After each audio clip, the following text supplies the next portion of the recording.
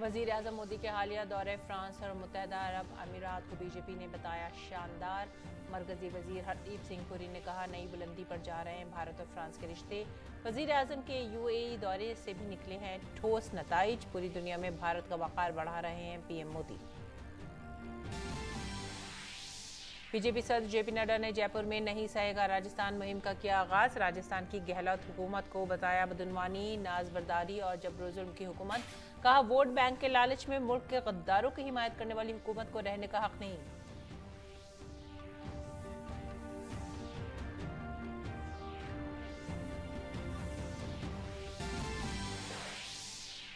OP Rajbhar की क़यादत वाली Suhel Dev Bharatiya Samaj party NDA में हुई शामिल। मरकजी वजीर दाखिला अमित शाह से नई दिल्ली में मुलाकात के बाद राजभर ने कहा वजीर आजम मोदी के नजरिए को बढ़ाएंगे आगे।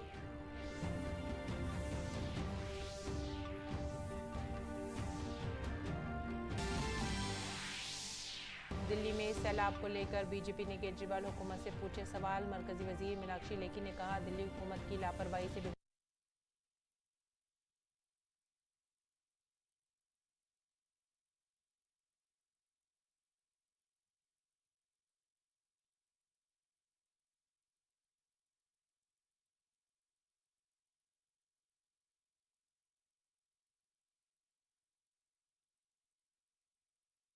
रुपये किलो के हिसाब से कर रही टमाटर के फरोख्त।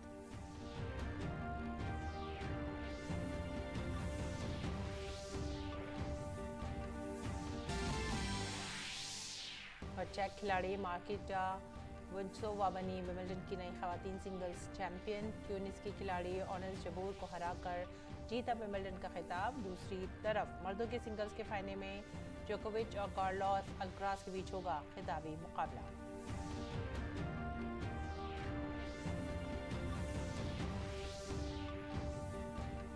आदाब नाज़रीन, उर्दू खबरों में आप सभी का खैर मकदम है। नजर डालते इस वक्त की खास खबरों पर। बीजेपी ने वजीर आजम मोदी के फ्रांस और यूएई के हालिया दौरे को निहायत अहम और ठोस नताइज से भरपूर बताया है। मरकजी वजीर और senior BJP leader Hardeep Singh Puri ने कहा है कि भारत और फ्रांस अपने ताल्लुकात को नई बुलंदी पर ले जा रहे हैं। I was struck by a tweet that President Macron had put out. But I think this short tweet sums up the reception that was accorded to the Honorable Prime Minister in France. Hardeep Singh Puri ने कहा कि वजीर आजम नरेंद्र मोदी ने पूरी दुनिया में भारत का वक़ार बढ़ाया है। वहीं भारत और फ्रांस अपने सिफारती ताल्लुकात के 25 साल मुकम्मल कर रहे हैं। To the very high popularity ratings of our Honorable Prime Minister and the country standing in the international arena. India and France are celebrating 25 years of strategic partnership. This partnership is built on strong grounds of liberty, equality, democracy, and reinforcement of the commitment to jointly confront all challenges before us. वजीर ख़ारजा doctor S Jaishankar Thailand के दौरे पर है। वजीर ख़ारजा आज Bangkok में Mekong Ganga ताउन के वज़राए ख़ारजा की 12वीं मीटिंग में शिरकत करेंगे। क़ब्ल अज़ीं वजीर ख़ारजा ने कल शाम बैंकॉक में भारतीय बिरादरी से बातचीत की। इस दौरान डॉक्टर एस जयशंकर ने भारत और थाईलैंड के दरमियान अहम तारीख़ी और सकाफ़ती शराकत दारी पर बात की। बातचीत में भारत थाईलैंड ताल्लुकात में भारतीय बिरादरी की अहमियत पर जोर दिया गया। वज़ीर ख़ारजा ने बताया कि भारत की लुक ईस्ट पॉलिसी और थाईलैंड की लुक वेस्ट पॉलिसी एक दूसरे की तकमील करती हैं, जबकि वज़ीर आज़म मोदी की एक्ट ईस्ट पॉलिसी इन ताल्लुकात को मज़ीद मजबूत कर रही है। साथ ही उन्होंने कहा कि बिम्स्टेक और मैकोंग गंगा ताउन ताल्लुकात को मज़ीद गहरा करने की हमारी मुसलसल कोशिशों को जाहिर करता है। सलामती और दिफा के मैदान में दोनों ममालिक के दरमियान बढ़ते हुए तबादलों के अलावा बातचीत के दौरान भारत और भारतीय बिरादरी के लिए अमृतकाल की अहमियत पर भी तबादला ख्याल किया गया। डॉक्टर एस जयशंकर कल बैंकॉक में बिम्स्टेक ग्रुप के वज़राए ख़ारजा की मीटिंग में शिरकत करेंगे। और बीजेपी के कौमी सदर जेपी नड्डा ने राजस्थान के जयपुर में एक रैली में गहलोत हुकूमत को शदीद तनकीद का निशाना बनाया। बीजेपी सदर ने नहीं सहेगा राजस्थान मुहिम का आगाज करते हुए गहलोत हुकूमत को खुलेआम बदवानी और लूटमार में मसरूफ बताया। गहलोत की सरकार नहीं है, ये घर को लूटने वाली सरकार है जो आज राजस्थान में विद्यमान है। दिल्ली को पैसा भेजना, गरीबों के पॉकेट का हिस्सा मारना, सरेआम भ्रष्टाचार को प्रोत्साहित करना, भ्रष्टाचार के नए रिकॉर्ड बनाना, यह गहलोत सरकार का काम करने का चाल चरित्र है। इसको हमको समझना चाहिए। बीजेपी सदस्य जेपी नड्डा ने रैली से खिताब करते हुए कहा कि गहलोत हुकूमत राजस्थान में खवातीन, बच्चों, कबायली और दलितों पर जुल्म कर रही है। उन्होंने गहलोत हुकूमत पर वोट बैंक की सियासत करने का भी इल्जाम लगाया। महिलाओं पर अत्याचार हो, आदिवासियों पर अत्याचार हो, बच्चों पर अत्याचार हो, सभी में राजस्थान ने सारे रिकॉर्ड तोड़ने का काम किया है तो गहलोत सरकार ने किया। दलितों पर 8000 से ज्यादा मुकदमे 2022 में दर्ज हुए हैं। 8000 से ज्यादा सिर्फ दलितों पर 2022 में। यह कैसा प्रदेश बन गया है? उसी तरीके से पाकिस्तान से आए हुए शरणार्थियों के घरों को बुलडोजर से उड़ाने का काम, पक्षपातपूर्ण तरीके से चलने का काम, वोट बैंक की राजनीति को आगे बढ़ाने का काम, और वहीं रोहिंग्यों को बसाने का काम यह गहलोत सरकार कर रही है। ऐसे अत्याचारी सरकार को रहने का कोई अधिकार नहीं है। इसको हमको समझना चाहिए। राजस्थान की साबिक वजीर आला और बीजेपी लीडर वसुंधरा राजे ने भी राजस्थान हुकूमत को शदीद तनकीद का निशाना बनाया। उन्होंने कहा कि बदनवानी राजस्थान के कोने कोने से फैली हुई है। आप राजस्थान के ढाणी नड्डा जी, आप चले जाओगे ढाणी के अंदर, छोटे छोटे नगर के अंदर, और आप लोगों से पूछेंगे कि इस सरकार की सबसे बड़ा काम क्या हुआ है ये 4.5 साल में, तो सब आपको बताएंगे कि भ्रष्टाचार एक ऐसा जोरदार भ्रष्टाचार है कि कोई भी कार्य, कोई भी काम आज के दिन के अंदर हम बिना रिश्वत दिए कर नहीं सकते। ओपी राजभर की क़यादत वाली सुहेलदेव भारतीय समाज पार्टी एनडीए में शामिल हो गई है। ओपी राजभर ने आज नई दिल्ली में उमूर दाखिला और इमदाद बाहिमी की मरकजी वजीर अमित शाह से मुलाकात की। मीटिंग के बाद अमित शाह ने एक ट्वीट के जरिए इसकी इत्तला दी। उन्होंने कहा कि दिल्ली में ओपी राजभर से मुलाकात हुई और उन्होंने वज़ीर आज़म नरेंद्र मोदी की क़यादत में एनडीए इत्तेहाद में शामिल होने का फैसला किया है। मैं एनडीए ख़ानदान में उनका खैर मक़दम करता हूँ। राजभर जी की आमद से उत्तर प्रदेश में एनडीए को तक़वियत मिलेगी और मोदी जी की क़यादत में एनडीए की तरफ से गरीबों और पसमानदा लोगों की फलाह और बहबूद के लिए की जा रही कोशिशों को मज़ीद मजबूती मिलेगी।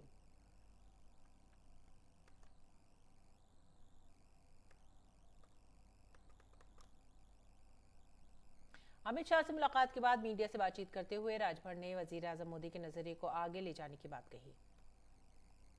दोनों दल के मिलने से पूरे प्रदेश में एक बड़ी ताकत पैदा होगी और जो लक्ष्य है देश के प्रधानमंत्री माननीय नरेंद्र मोदी जी का कि गरीबों का उत्थान, कमज़ोरों का उत्थान, पिछड़े दलित अल्पसंख्यक का उत्थान, जो उनकी सोच है उस सोच को आगे बढ़ाने में बड़ी मदद मिलेगी। इस बात के लिए हम देश के प्रधानमंत्री माननीय नरेंद्र मोदी जी और देश के गृह मंत्री माननीय अमित शाह जी और उत्तर प्रदेश के मुख्यमंत्री योगी आदित्यनाथ जी को धन्यवाद देता हूं। और दिल्ली के मौजूदा हालात को देखते हुए मरकजी वजीर मीनाक्षी लेखी ने प्रेस कॉन्फ्रेंस से खिताब किया। अपने खिताब में उन्होंने कहा कि केजरीवाल हुकूमत दिल्ली हुकूमत ये बताए कि 25,000 से ज़्यादा लोग सड़कों पर बैठे हुए हैं, उनके घर तबाह हो चुके हैं। दिल्ली हुकूमत ने अब तक किसी को मुआवजा देने का ऐलान क्यों नहीं किया है? ये बताए दिल्ली सरकार कि 25,000 से अधिक लोग जो है वो लोग सड़कों पर आए बैठे हैं। कोई भी आज आप उठा के देख लीजिए, तुरंत घोषणा होती है कि जिन जिन को नुकसान हुआ इतना इतना पैसा सरकार उनको देगी। आज तक ये ऑर्डर क्यों नहीं हुआ है? आज तक कॉम्पनसेशन का ऑर्डर इन्होंने क्यों नहीं किया है कि जिन लोगों के घर बार बर्बाद हो गए उनको क्या कॉम्पनसेशन मिलेगी? इन्होंने उसके ऊपर कोई ध्यान नहीं दिया, भोजन की कोई व्यवस्था नहीं की। और मरकजी वजीर मीनाक्षी लेखी ने मजीद कहा कि आज दिल्ली में फौज की जरूरत है जो केजरीवाल हुकूमत की नाकामी को बयान करती है। इमरजेंसी के दौरान आर्मी और एनडीआरएफ की टीम्स जो लगी हैं, ये उनका रेगुलर काम नहीं है जी। ये काम जिनका है वो फ्लड कंट्रोल डिपार्टमेंट के अंदर 200 से ऊपर लोग भर्ती हैं, ये काम उनका है और वो किसी आदेश का इंतजार कर रहे थे काम करने के लिए, वो आदेश उनको नहीं दिया गया। उनका बजट गैर नियमित ढंग से बाकी तमाम जगहों पे इस्तेमाल होता है सिवाय फ्लड कंट्रोल के। हुकूमत की मदाखलत के बाद टमाटर की थोक कीमतों में कमी हुई है। हुकूमत ने आज से टमाटर 80 रुपये फी किलो फरोख्त करना शुरू कर दिया है। मुल्क भर के 500 से ज़ायद मराकज़ पर सूरत हाल का असर-ए-नौ जायज़ा लेने के बाद 80 रुपये फी किलो के हिसाब से टमाटर फरोख्त करने का फैसला किया गया है। दिल्ली के कई मराकज़ पर आज से फ़रोख्त शुरू हो गई है। नेफेड और NCCF के ज़रिए आज इसकी फ़रोख्त दिल्ली, नोएडा, लखनऊ, कानपुर, वाराणसी, पटना, मुजफ्फरपुर और आरा के मुतादिद मराकज़ पर शुरू हो गई है। ऐसे मकामात पर मौजूदा मार्केट कीमतों की बुनियाद पर कल से मज़ीद शहरों तक इसे बढ़ाया जाएगा। अहम बात यह भी है कि भारत सरकार सारिफीन को राहत फराहम करने के लिए पुरअज़्म है। आगे बढ़ेंगे अगली खबर की तरफ। एनसीपी के अजीत पवार धड़े ने आज नेशनलिस्ट कांग्रेस पार्टी के सरबराह से मुलाकात की और कहा कि आज हम सब ने अपने लीडर शरद पवार जी से मुलाकात की और उनका आशीर्वाद लिया। हमारी ख्वाहिश है कि नेशनलिस्ट कांग्रेस पार्टी साथ रहे, लेकिन शरद पवार जी ने कोई जवाब नहीं दिया। आदरणीय शरद पवार साहब के हम सब लोगों ने प्रणाम करते हुए आशीर्वाद उनसे मांगे और उनसे विनती भी की कि उन्होंने हम सब लोगों की जो एक इच्छा है कि राष्ट्रवादी कांग्रेस पार्टी एक साथ रहे और मजबूती से आगे काम करे, इसके लिए हमने विनती की और साहब को ये भी कहा कि आप इस दिशा में अवश्य विचार करें। आदरणीय पवार साहब ने किसी भी प्रकार की प्रतिक्रिया नहीं दी। दिल्ली में जमुना अब भी खतरे के निशान से ऊपर बह रही है। जमुना का पानी दिल्ली समेत गाजियाबाद और नोएडा के कुछ इलाकों तक पहुंच गया है। ताहम जमुना के पानी की सतह में कमी का सिलसिला भी जारी है। दरिस्ना महकमा मौसमियात ने दिल्ली में अगले 5 दिनों तक बारिश की पेशनगोई की है। इसी दौरान मुतासरा इलाकों में इमदाद पहुंचाने का काम भी मुसलसल जारी है। NDRF और फौज के जवान भी इसमें अहम किरदार अदा कर रहे हैं। Ring road, outer ring road के कुछ हिस्सों में पानी जमा होने की वजह से ट्रैफिक को रोक दिया गया है। दिल्ली की तमाम सरहदों पर भारी गाड़ियों के दाखिले पर भी पाबंदी लगा दी गई है। इसके साथ ही वाटर ट्रीटमेंट प्लांट बंद होने की वजह से NDMC समेत कई इलाकों में पानी की सप्लाई भी मुतासर हुई है। और जमुना के सैलाब से दिल्ली में लाल किले के अलावा इर्द गिर्द का इलाका भी मुतासर हुआ है। लाल किले और आसपास के इलाकों में पानी जमा होने की सूरत हाल बदस्तूर बरकरार है।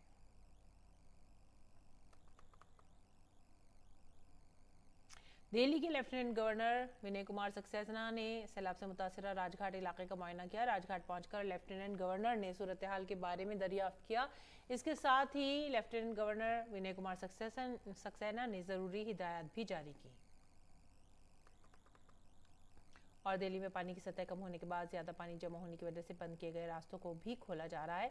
हमारे नामा निगार गिरीश निशाना ने ITO में जमीनी सूरत हाल का जायजा लिया।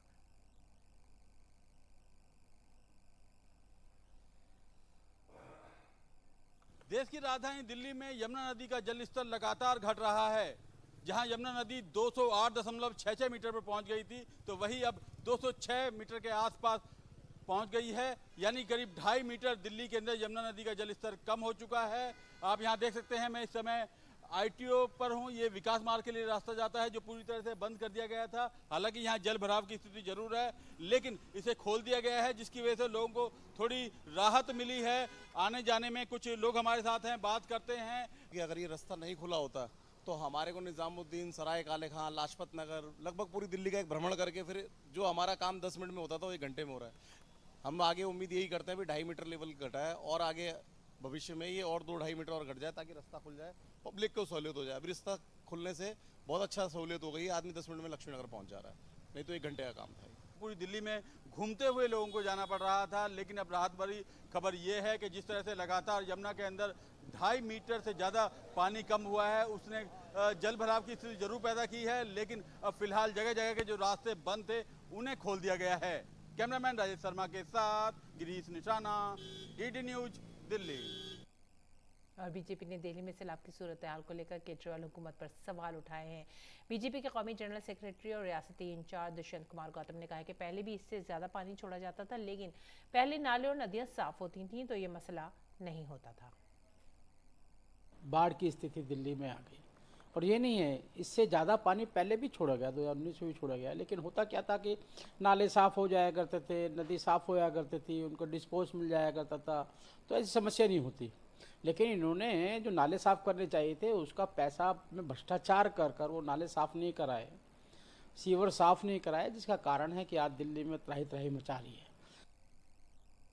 महकमा मौसमियात ने अगले चंद दिनों तक उत्तराखंड, हिमाचल प्रदेश और उत्तर प्रदेश में शदीद बारिश की पेशेनगोई की है। महकमा मौसमियात ने उत्तराखंड के लिए 18 जुलाई तक, हिमाचल प्रदेश के लिए 17 जुलाई तक ऑरेंज अलर्ट जारी किया है। दूसरी जानिब पंजाब, हरियाणा, दिल्ली, उत्तर प्रदेश और राजस्थान में अगले 4 दिनों के लिए येलो अलर्ट जारी कर दिया गया है। मानसून अगले 5 दिनों तक वस्ती और मशरक़ी भारत में सरगर्म रहेगा। दूसरी तरफ शमाल मशरक़ी भारत में बारिश में बतदरीज कमी आएगी। मगरबी साहिल पर बारिश में इजाफे का इम्कान है।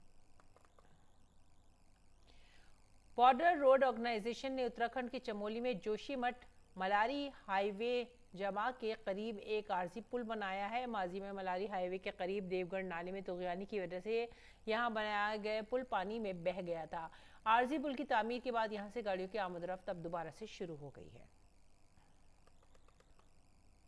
और उत्तराखंड में मूसलाधार बारिश और लैंडस्लाइडिंग ने पिथौरागढ़ में बलवाकोट धार चोला सड़क पर ट्रैफिक को दरम बरम कर दिया। बलवाकोट धारचोला रोड पर 200 मीटर सड़क बारिश में बह गई है। बलवाकोट धारचोला सड़क पिथौरागढ़ जिले का एक सरहदी इलाका है। गुज़िश्ता 3 दिनों से यहाँ मूसलाधार बारिश हो रही है। सड़क पर भी हर तरफ मलबा फैल गया है। धारचोला का कई इलाकों से राब्ता भी मुनक़ता हो गया है। इस बीच मानसून हिमाचल प्रदेश में भी मुसलसल सरगर्म है और रियासत के बेशतर हिस्सों में बड़े पैमाने पर मानसून की बारिश हो रही है। मनाली के कई इलाकों में आज बारिश हुई है। कबायली जिला कन्नौर में कल रात से बारिश हो रही है। इसकी वजह से जिले से गुजरने वाली हिंदुस्तान तिब्बत सड़क पर कई मकामात पर ट्रैफिक में खलल पड़ा। दरिसना मंडी कुल्लू मनाली लेह रोड पर भी ट्रैफिक दोबारा से शुरू हो गया है, जो भारी मिट्टी के तोदे गिरने की वजह से बंद हो गया था। दरिसना महकमा मौसमियात ने मानसून के अगले एक हफ्ते तक रियासत में मुकम्मल तौर पर फाल रहने की पेशनगोई की है और बेशतर मकामात पर बारिश होगी। महकमे ने आज और कल रियासत में चंद मकामात पर भारी से बहुत ज्यादा बारिश के लिए ऑरेंज अलर्ट भी जारी किया है। मरकजी वजीर अनुराग सिंह ठाकुर 3 रोजा हिमाचल दौरे पर है। हिमाचल माजी करीब में शदीद बारिश और सैलाब से मुतासिर हुआ है। इसी के पेश नज़र अनुराग सिंह ठाकुर हमीरपुर पार्लिमानी हल्के में नुकसानात का जायजा ले रहे हैं और राहत और बचाव कामों का भी जायजा ले रहे हैं। हफ्ते को अनुराग सिंह ठाकुर ने देर शाम तक धर्मपुर और सोजानपुरा असेंबली हल्कों का दौरा करते हुए आफत से मुतासर लोगों से मुलाकात की। अनुराग सिंह ठाकुर ने कहा, हिमाचल कुदरती आफात का सामना कर रहा है। शदीद बारिश और सैलाब ने आम जिंदगी को बहुत नुकसान पहुंचाया है। उन्होंने कहा कि मरकजी हुकूमत हिमाचल की सूरत हाल पर गहरी नजर बनाए हुए है। आफत की इस घड़ी में रियासत के लिए 400 करोड़ रुपए की मंजूरी भी दी गई है। इस बीच असम में सैलाब की सूरत हाल फिर से संगीन हो गई है। रियासत के 17 अजला और 1 लाख से जायद अफराद सैलाब से मुतासिर हुए हैं। रियासती IMD की ताज़ा तरीन रिपोर्ट के मुताबिक आज रियासत के तकरीबन तमाम हिस्सों में बड़े पैमाने पर बारिश का इम्कान है। शदीद बारिश की वजह से बेकी, ब्रह्मपुत्र और संकुश नदियों की सतह में इजाफा हुआ है। ताज़ा तरीन आदादशुमार के मुताबिक सैलाब से मुतासरा देहात की तादाद 385 हो गई है, जिसमें माजौली, धीमजी और विश्वनाथ सबसे ज्यादा मुतासर हैं। 4200 से ज्यादा अफराद राहत कैंपों में मुकीम हैं। NDRF, SDRF समेत मकामी इंतजामिया की टीमें सैलाब की सूरत हाल पर मुसलसल नजर रखे हुए हैं। आगे बढ़ते हैं अगली खबरों की तरफ। NCC के यौम तासीस के मौके पर नई दिल्ली में NCC एलुमनाई क्लब की जानिब से NCC अचीवर्स अवार्ड 2023 का इनेकाद किया गया। NCC के 75 साल मुकम्मल होने के मौके पर मुल्क भर से 22 साबिक NCC कैडेटों को एजाज से नवाजा गया। ये अवार्ड NCC के director general lieutenant general Gurbir Pal Singh ने तकसीम किए। मुख्तलिफ शोबों में कामयाबियां हासिल करने वाले इन अवार्ड याफ्ता अफराद में DD न्यूज़ के एंकर डॉक्टर आरेंद्र प्रताप सिंह को भी सहाफत के मैदान में एजाज से नवाजा गया।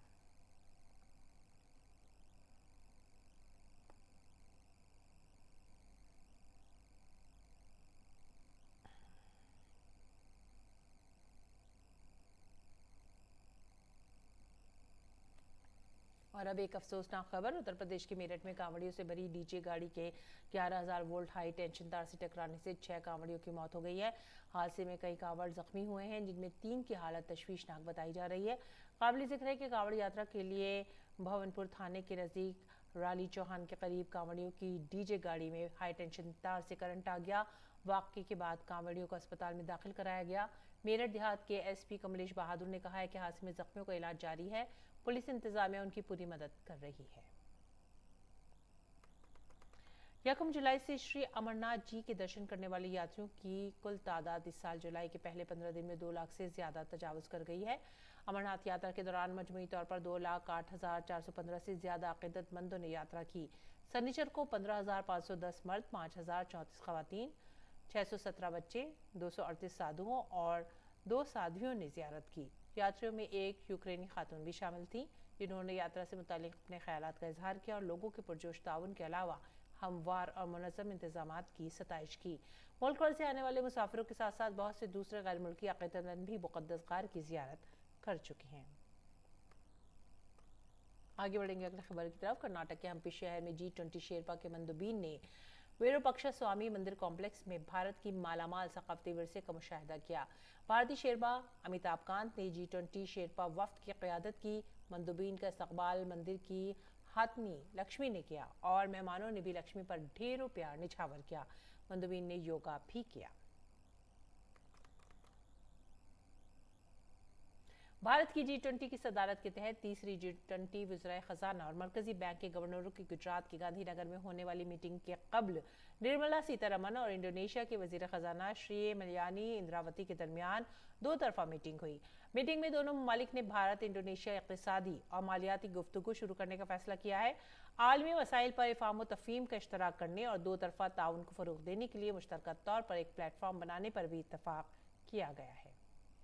There are several legacy issues which we are continuing to take forward during our presidency. In this context, this dialogue, which we are announcing today, can play an instrumental role in reaching a common understanding on issues and taking forward the global agenda from the perspective of the emerging market developing economies. I believe that this dialogue will facilitate better cooperation between India and Southeast Asia, while contributing to the global economic and financial stability. Gandhinagar में 17 से 18 जुलाई को G20 वज़ीर ख़ज़ाना और मरकजी bank के गवर्नरों की meeting होगी। वज़ीर ख़ज़ाना निर्मला सीतारमन भी मीटिंग में शिरकत करेंगी। हमारे नामा निगार अजय मिश्रा इस इंतहाई अहम मीटिंग की तरजीहात बता रही हैं। भारत के G20 प्रेसिडेंसी के तहत फाइनेंस ट्रैक की सबसे बड़ी बैठक 17 और 18 जुलाई को गांधीनगर में होनी है, जिसकी अध्यक्षता वित्त मंत्री निर्मला सीतारमन और RBI के गवर्नर शक्तिकांत दास करने जा रहे हैं। ये अब तक का सबसे बड़ा डेलीगेशन होगा। 520 से ज्यादा डेलीगेट्स और 66 से ज्यादा इंटरनेशनल डेलीगेशंस इसका हिस्सा होंगे। 5 बड़े थीम्स पर चर्चा होनी है। पहली थीम है ग्लोबल इकोनॉमी और ग्लोबल हेल्थ, जिसको लेकर के चिंताएं पूरी दुनिया में इस वक्त व्यक्त की जा रही हैं। भारत उसका कुछ समाधान निकालने की कोशिश करेगा। दूसरी बड़ी थीम है सस्टेनेबल फाइनेंस और सस्टेनेबल आर्किटेक्चर, जिसकी लगातार कोशिश हो रही है भारत के G20 के प्रेसिडेंसी के तहत एक नया मैकेनिज्म बनाने की। तीसरा बड़ा अहम मुद्दा है इंटरनेशनल फाइनेंशियल आर्किटेक्चर और उसमें रिफॉर्म्स, जिसकी वकालत लगातार भारत करता रहा है और उस पर एक रिपोर्ट भी सौंपी जानी है। चौथा मुद्दा है फाइनेंशियल टैक्सेशन या इंटरनेशनल टैक्सेशन का, जिसको लेकर के कुछ व्यापक सहमति बनने की उम्मीद है और ये एक बड़ी सफलता G20 के प्रेसिडेंसी की होगी। पांचवी और बड़ी थीम है फाइनेंशियल सेक्टर इश्यूज और फाइनेंशियल इंक्लूजन को लेकर के, जिस पर लगातार विमर्श जारी है। भारत को क्या मिला? Global platform for financial inclusion के लिए जो प्रेसिडेंसी है वो अगले 3 सालों के लिए भारत को मिल चुकी है। दूसरी बात, भारत के यूपीआई सिस्टम को सिंगापुर के यूपीआई सिस्टम के साथ जोड़ने के बाद अब कई सारे देश उसमें इंटरेस्ट जता रहे हैं, उस पर कुछ हमें बड़ा देखने को मिल सकता है।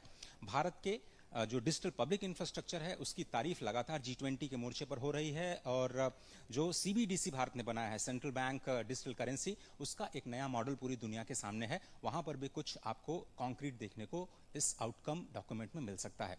कैमरामैन भीम सिंह के साथ अजय मिश्रा, DD न्यूज, गांधीनगर। भारतीय फौज के 43 जवानों का दस्ता आज मंगोलिया के लिए रवाना हो गया है। ये दस्ता 2 तरफा मुश्तरका फौजी मश्क नोमैडिक एलिफेंट 23 के 15वें एडिशन में शिरकत करेगा। ये मश्क 17 जुलाई से 31 जुलाई तक मंगोलिया के दारुल हुकूमत ओल्बंटार में मुनक़िद की जाएगी। ये मश्क एक सालाना तरबियती प्रोग्राम है जो बारी बारी मंगोलिया और भारत में मुनक़िद होता है। मश्क का बुनियादी मौजू अक़वाम मुत्तहिदा के मैंडेट के तहत पहाड़ी इलाकों में इंसदाद दहशतगर्दी ऑपरेशंस पर तवज्जो मरकूज होना है। आलमी खबरों में जनूबी कोरिया ने यूक्रेन के लिए 15 करोड़ अमेरिकी डॉलर की इंसानी इमदाद का वादा किया है। इसके साथ ही जनूबी कोरिया के सदर सैन यूक्योल ने भी यूक्रेन को मुसलसल फौजी इमदाद देने की बात कही है। जनूबी कोरिया के सदर ने अचानक दौरे पर हैं। यूक्रेन के सदर योन ने काइफ में यूक्रेन के सदर व्लादिमीर जेलेंस्की से मुलाकात की। जेलेंस्की ने जनूबी कोरिया के सदर का यूक्रेन के नतीजाखेज दौरे पर शुक्रिया अदा किया। और स्पेन के कैनरी जजीरे में जंगल में आग लगने के बाइस 500 से ज़ायद अफराद को महफूज मकामात पर मुंतकिल कर दिया गया है। मकामी इंतजामिया के मुताबिक ये आग शनिचर की सुबह लगी। आग की वजह से तकरीबन 200 हेक्टेयर का रकबा मुतासर हुआ है। तेज हवा के बाइस आग तेजी से भड़क रही थी, जिसकी वजह से लोगों को वहां से निकाल लिया गया। आइंदा चंद हफ्तों में यूरोप के कई शहरों में शदीद गर्मी पड़ने का इम्कान है। अगर स्पेन के जजीर में आग लगने वाली इस आग की वजह अभी तक मालूम नहीं हो सकी है। अमरीकी रियासत जॉर्जिया के शहर हैम्पटन में फायरिंग से 4 अफराद की मौत हो गई है। पुलिस ने एक 40 साल शख्स को मुश्तबा के तौर पर नामजद किया है। मकामी पुलिस फायरिंग के वाक़े को अंजाम देने वाले इस शख्स की तलाश में है। पुलिस ने मुलजिम पर 10,000 अमरीकी डॉलर का इनाम भी रखा है। खबरें अब खेल के मैदान से। विंबलडन को एक नया चैंपियन मिला है। चेक खिलाड़ी मार्किटा वेंड्रोसोवा ने विंबलडन खवातीन सिंगल्स का खिताब जीत लिया है। पहली बार टूर्नामेंट के फाइनल में पहुंचने वाली गैर सीडी याफ्ता मार्किटा ने 6ठी सीडी याफ्ता ऑनेस्टेबुल को 6-4, 6-4 के फर्क से शिकस्त देकर तारीखी जीत दर्ज की है। दूसरी जानिब सर्बिया के तजुर्बेकार टेनिस खिलाड़ी नोवाक जोकोविच ने विंबलडन ओपन के फाइनल में अपनी जगह बना ली है। जोकोविच ने गुज़िश्ता मुकाबले में मर्दों के सिंगल्स के पहले सेमीफाइनल में इटली के यांग सनर को शिकस्त दी थी। दिफाई चैंपियन जोकोविच 9वीं मरतबा विंबलडन के फाइनल में पहुंच गए हैं। जोकोविच ने 35वीं मरतबा ग्रैंड स्लैम के फाइनल में अपनी जगह यकीनी बना ली। उन्होंने 8वीं सीड याफ्ता सनर को 3 सेट के मुकाबले में शिकस्त दी है। जोकोविच ने ये मैच 6-3, 6-4, 7-6 से जीता है। आज जोकोविच का मुकाबला आलमी नंबर 1 कार्लोस अल्कराज से होगा। दूसरी जानिब आलमी नंबर 1 स्पेन के कार्लोस अल्कराज ने रूस के डेनियल मेदवेदेव को शिकस्त देकर फाइनल में रसाई हासिल की है। अल्कराज ने मेदवेदेव को 6-3, 6-3, 6-3 से शिकस्त दी। मर्दों के सिंगल्स का फाइनल आज खेला जाएगा। इसी के साथ ही आप हमारी पूरी टीम को दीजिए इजाजत। आदाब।